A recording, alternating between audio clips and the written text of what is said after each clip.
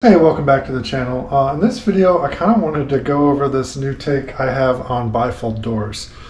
So, previous experiences in my first two houses said, I hate bifold doors, I'm never getting them again. But I ended up buying bifold doors to close off my office den project that I just finished up. And I want to go over what I think about this style hardware and have bifold doors gotten better. So, I think they have, and I really like these ones, so let's go over a little bit of it.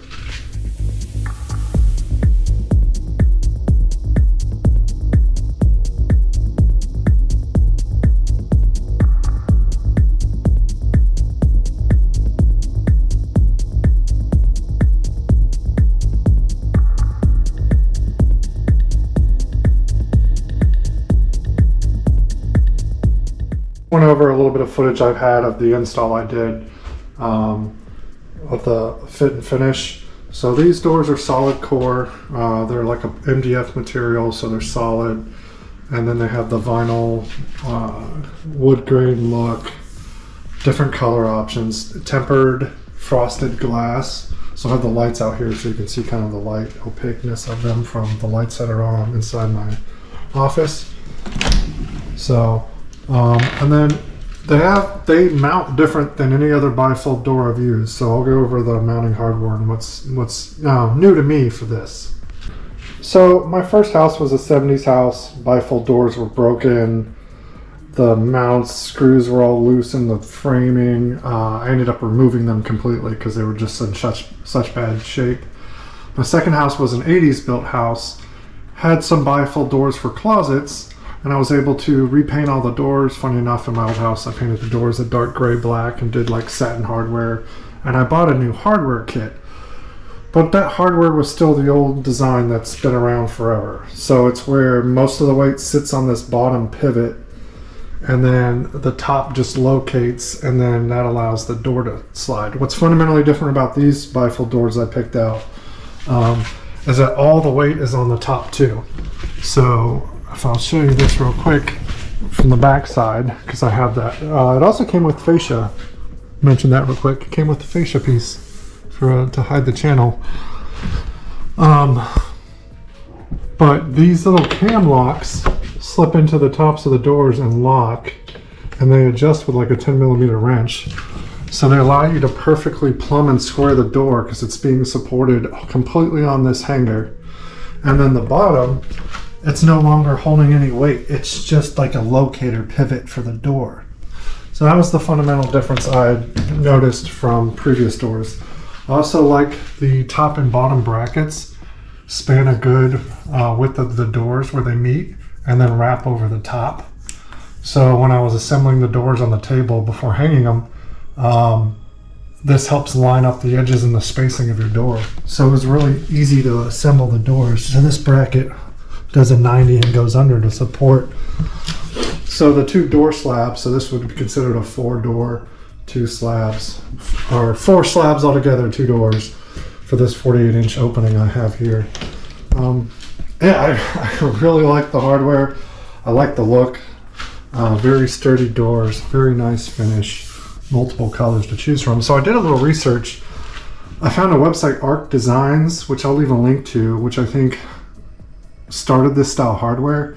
And then the brand of this door was a little different. I got it from Home Depot. I'll leave a link to this exact door as well. But I think they came up with this hardware style, this cam lock. And honestly, they are an option again. So originally, like I said, I would never want to install bifold doors after experience with them in my first house. They're kind of outdated in my opinion, but these are a nice fresh look, and I like the hardware is better. So more of a, and these are affordable. They have options. You know, a single door could cost you a couple $100 for like a pantry or a closet, and then I want to say I spent around 400 something on the two-door pack, and it came with all the hardware and the fascia and everything to mount them. So you can see those top bracket comes over and then screws in on the top, so it's like that on the bottom too, and then it has a standard hinge in the center. So yeah, they're an option again in my opinion. And so I was originally looking at, I knew I wanted like a opaque French style door for my little office. So this is like a home office, movie room den that I finished recently.